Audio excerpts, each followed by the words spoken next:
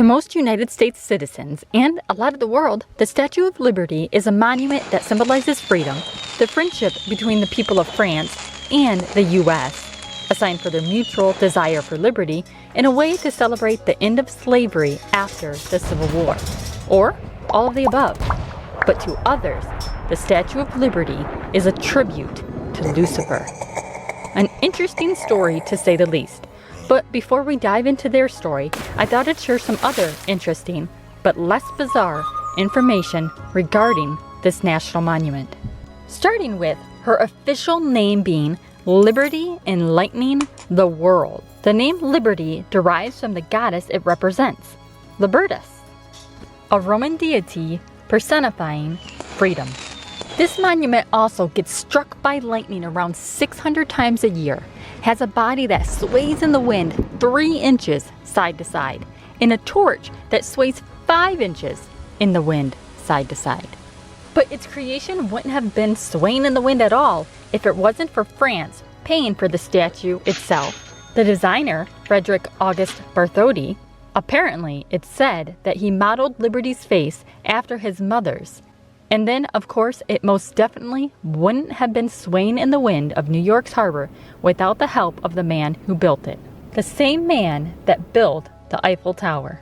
When he first built Liberty, she was brown due to the fact that she was made from copper. This brown copper only lasted for about 35 years.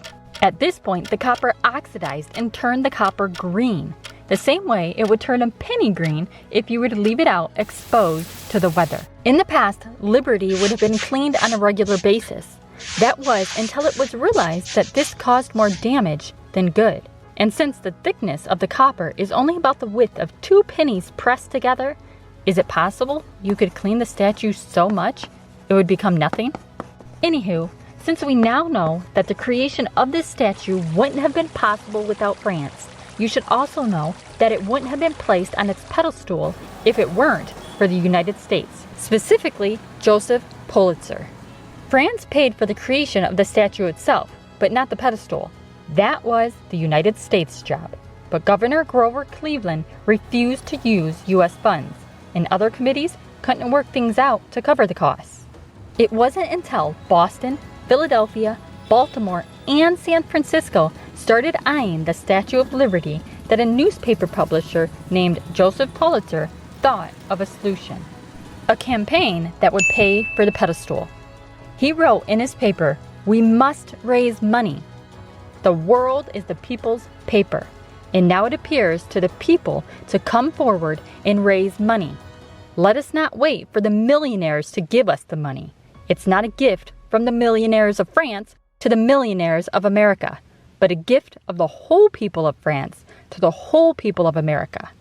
The campaign raised more than $100,000, which covered the pedestal.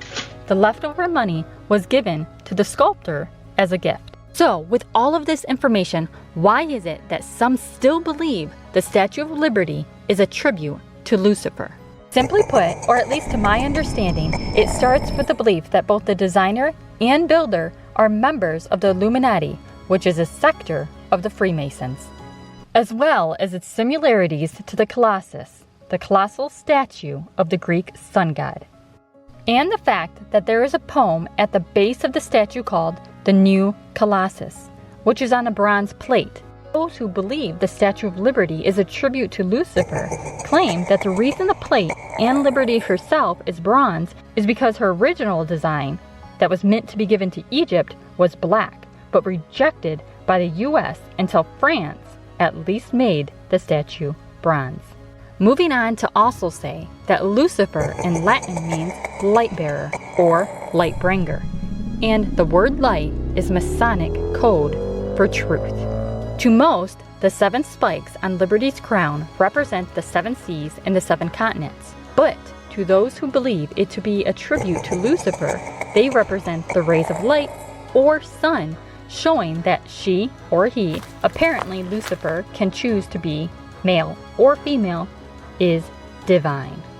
In addition to Liberty's spikes being rays of light, it is also believed that with the combination of her representing Lucifer and the Statue of Liberty's official name being Liberty Enlightening the World, They believe she is signifying that she keeps our illuminations in the shadows as she holds the light above her torch, casting everyone else in her shadows. Hopefully you're keeping up, because I'm barely keeping up myself. It's a bit confusing to say the least. I'm only going to point out 2 more things that lead some to believe the Statue of Liberty is a tribute to Lucifer. The first one being that the platform she stands on is an 11-point eastern star.